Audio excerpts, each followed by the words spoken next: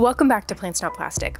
I'm Nikita, and today I'm going to show you how to make some of my favorite summer recipes, all of which are delicious, inexpensive, simple, healthy, whole foods, plant-based, low-fat, and oil-free.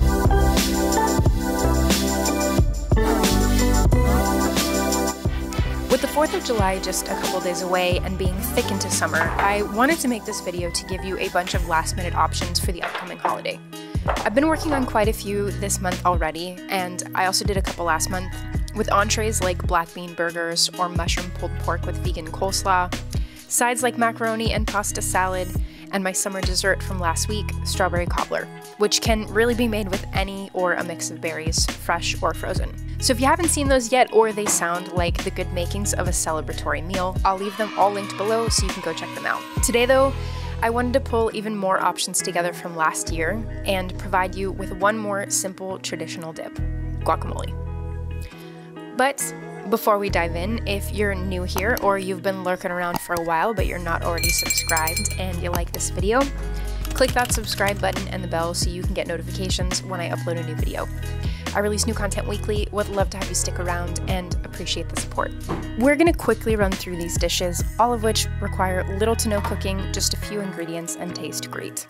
Starting with the refried beans, I typically make these with black beans and spice them up with a habanero, but you can make them with the classic pinto beans and a milder chili like jalapeno or serrano if you want to, or you can leave the pepper out altogether and they still come out awesome. Here's everything you'll need for this recipe. For each recipe, I will leave everything in the description box below along with a link to the blog post with a printable recipe card.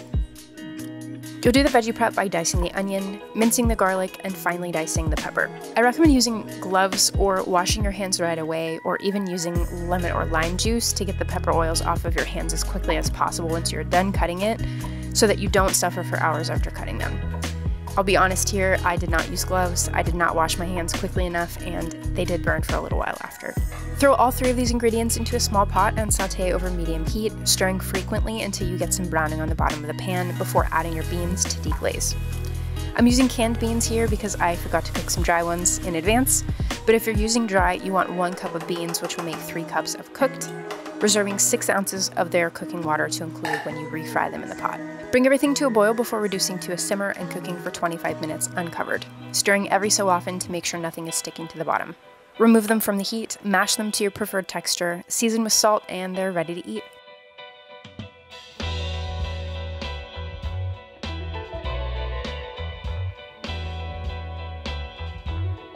Next up, we have a fresh, spicy Pico De Gallo, though you can make it mild if you want to by just leaving the pepper out. Here's all the ingredients you'll need for this one. This is really as simple as cutting everything up and throwing it together. Dicing the tomatoes, finely dicing your peppers, if you're using them,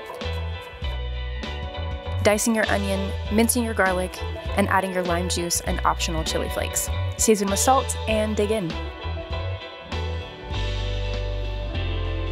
Next up, we've got this week's new recipe, a simple classic guacamole, because you can't do summer without a guacamole.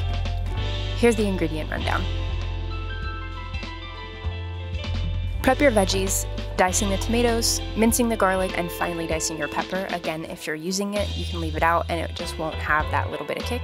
Then have your avocados, remove the pit, and get the flesh out of the skin. Can we also just pause for a second though and appreciate how freaking beautiful these avocados are?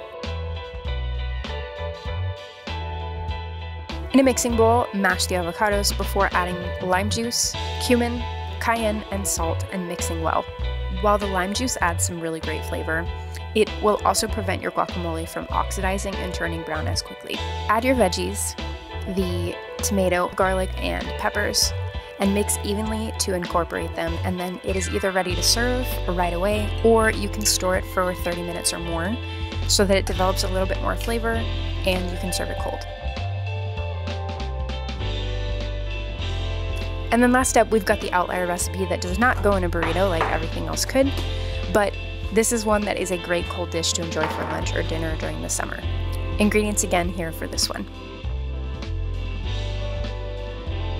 Dice your celery and onion, then add your chickpeas to a large mixing bowl.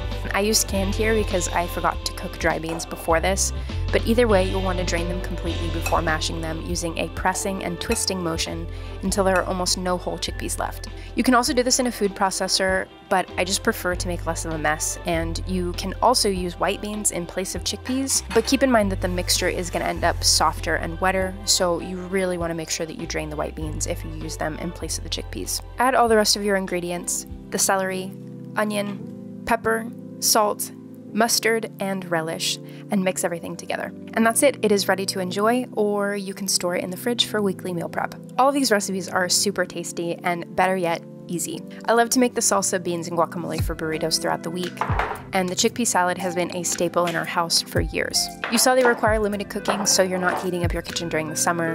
They're fresh and flavorful and will definitely impress anyone you have over during summer, or you can just enjoy them all to yourself. Also, if you're looking for more summer recipe inspiration, you can check out my full playlist, which has all of these and more.